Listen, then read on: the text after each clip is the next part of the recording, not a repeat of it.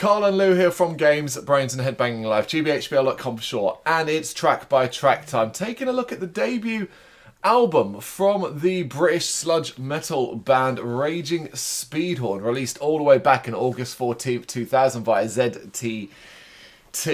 Got obviously a long-standing relationship with Raging Speedhorn, but I will be honest and open about it. It didn't start off well.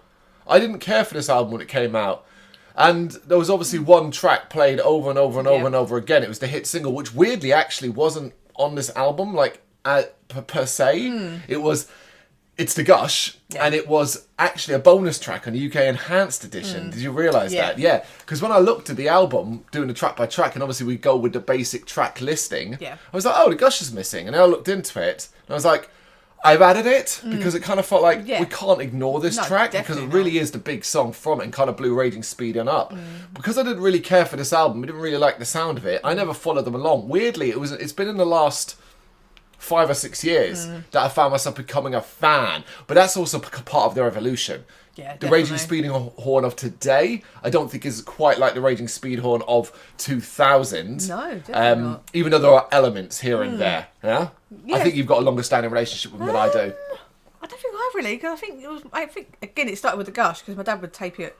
It was on there. It was on the music channels. Yeah, and I really liked it. I liked the groove, and I was like, this is really cool. But again, obviously the later stuff is so removed from this. Yeah.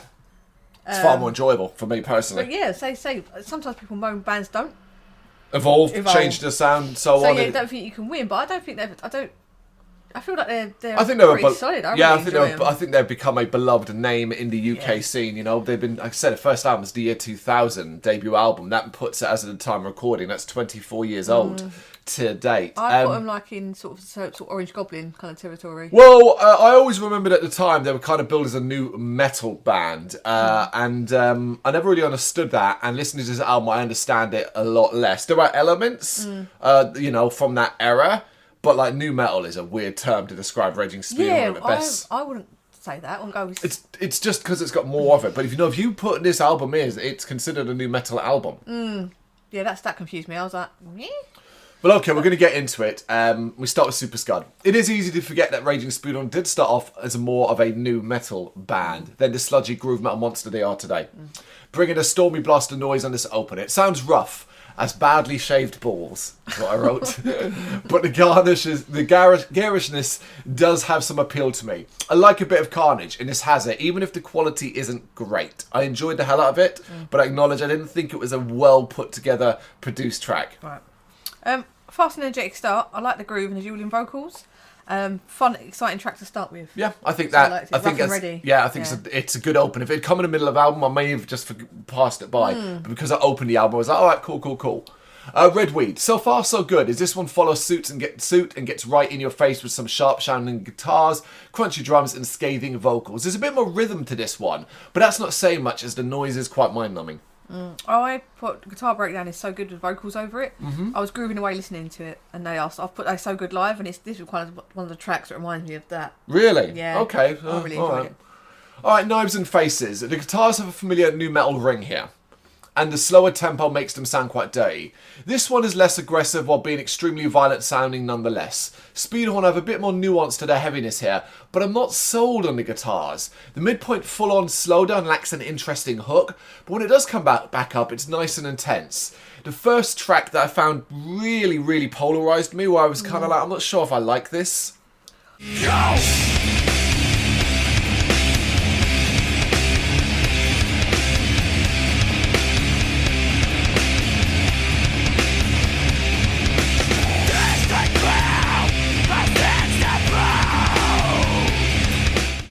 Slow, sludgy track that still has great energy. The vocals are so growling and work perfectly. So I enjoyed it. Fair enough. Mandan. Happy to report, though, that this one is straight up fire. Taking a dangerous sounding riff drum combo and transforming it into something fucking feral sounding. The vocals are spitting blood here. This is an overall headbanger that thrills me.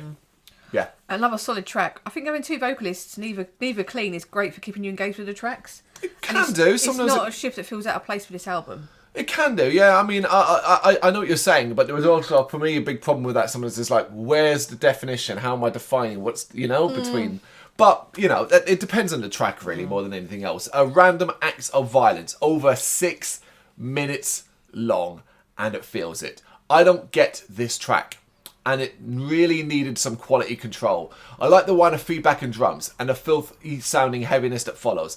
But as it goes on, with bursts of hyperactivity here and there, I found it never went anywhere interesting, and by the end, it switched off. Big negative for me.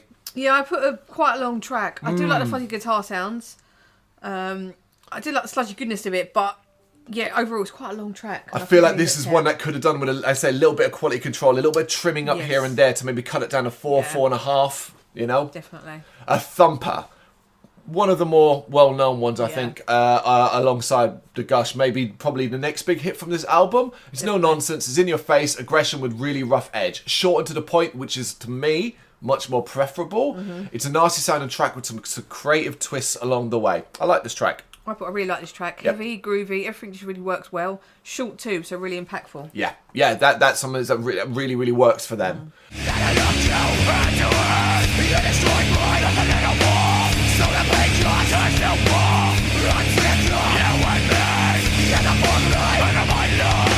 Necrophiliac glue sniffer, because, you know, suddenly turned into a gore metal band. It feels like a bit of a rethread, though, of what we got to start. Rough and ugly to the ears, but with the latter's blend of slower heaviness and bursts of riff-driven groove. It's another beast of a track, and there's some great bass around the middle of it. I thought nice cut study guitar to start. A fun track. The opening guitar is great, but I didn't really connect with this one as much. Interesting. So. I did connect with that one. So it's the difference between taste. I didn't have much to say about Dungeon Whip It, though. Fast and Furious, a sweaty and bloody pit starter. I didn't really enjoy this one as much as the other ones. And my Spotify had some major issues with listening to this. What, the album, you mean, or this track? This track. Like, the sound. Like, I was like, what is going on? I thought it was the whole way through. So I don't know if there was something on the I had no issues on Apple Music. I listen to this on Apple Music and I had no issues. But yeah, no, it didn't. I thought this one could be cut out. I didn't really like this one. Okay. Yeah. Okay. All right. Well, Death Row Dogs. Okay, now I think they're taking the piss. A track that's over 7 minutes long. So what do? Showcased a sludgy future with a lethargic noisemonger that takes its sweet time, not changing tactics for most of its runtime, offering up a frenzy of speed right at the end. It will leave you feeling as though your brain is melted and poured out of your ears. I think this is very imaginative and a real clue as to their long-term future. I like the sludgy opening, but this track was too long. Okay. I'm finding the end of the album a bit of a slog. I do agree with you on that, but Death Row Dogs I didn't really mind. Like I said, I quite liked it. And then we got High Whore. Another one. This one is nearly 7 minutes long, and I'll admit I was a little bored here. This is fine. It's so damn similar to what we got already, and I can't work out the thinking here. Again, I think the quality control needed to be here. Like the previous track, there's a good one, struggling to get out of what is sometimes a bit bloated, and this is quite a bloated track. I feel like you could have balanced the speed of some of your tracks, balance it out a little bit more, so your faster stuff seems like it's all beginning. Interchanged in between. I reckon it interchanged bit, between something like you've done two over 7 minutes long ones at the end. Yeah, and now you sounded like what I did, because I didn't realise before that obviously the Gush was not on this album bonus, originally. So it's like, what don't I want to have ended? High Whore was the ending, yeah. Yeah, so that changed it up a little bit for me actually. So yeah, no, I didn't enjoy the length of it.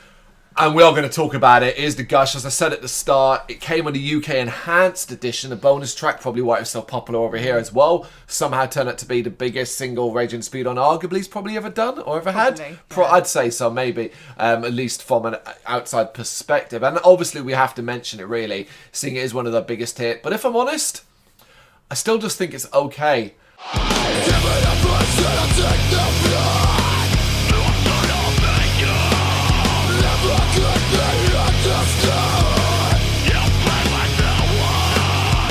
I didn't care for it back then, and I don't care for it much now. It is why the nu metal tag got attached to them. This track is why. This track is very nu metal to me. Okay. What do I... Yeah. I don't know.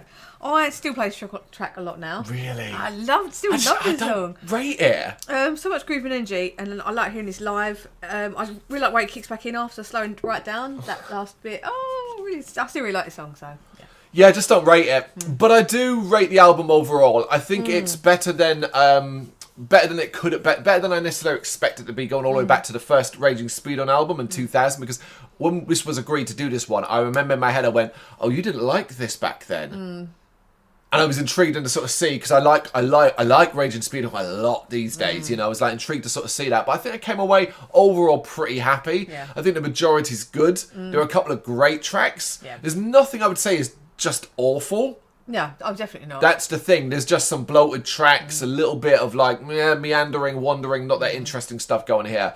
But overall, it's a good like throwback album to kind of see where Raging Speedhorn started, you know? Yeah, definitely. And arguably were probably at the most popular as well. Yeah. Yeah, you know, that's not a knock on them, because Speedhorn these days are not only seem happier and a better place, but are just a great band, a much tighter machine than they ever were before, much more refined. Definitely. Yeah. Top 3 tracks then. Go on, you go first. I've gone for Redweed, Thumper, and The Gush. Okay, we match up on Thumper, but I've gone for Super Scud as the introduction and Mandan, as I really enjoyed them. I also had Thumper as well. Chances are, if you know this album, if you know this band, you've heard Thumper, you've heard The Gush. If not, maybe check out those two, as those were the 2 big singles from this album. It'll give you an idea of what Speedhorn was like around about this time. To some degree, though. That's the thing, to some degree. If you listen to the full album, you're not going to find every track is similar to those two. No. In any way, shape or form. It's quite I suppose quite experimental for the time being. Yeah, definitely. Yeah, because 24 years ago, I don't think there was much. Was the year 2000. The new metal, the last dregs of new metal is coming between 2001 and 2, isn't it? Really, you know? It already hit its highest high, really. So, yeah. It's Raging Speedhorn's debut album, self-titled. Got any thoughts? You know what to do? Let us know in the comments. Thank you very much for watching. If you'd like to see more content like this, please consider hitting the subscribe button. It is gratefully appreciated. You can find us over at gbhbl.com, our full website, where reviews, news and so much more goes up daily. We're also on all social media platforms: Facebook, Instagram, Twitter, Threads, at GBHBL. Just search for GBHBL and you will find us out there. We also have merchandise on sale. You can access the shop via the website.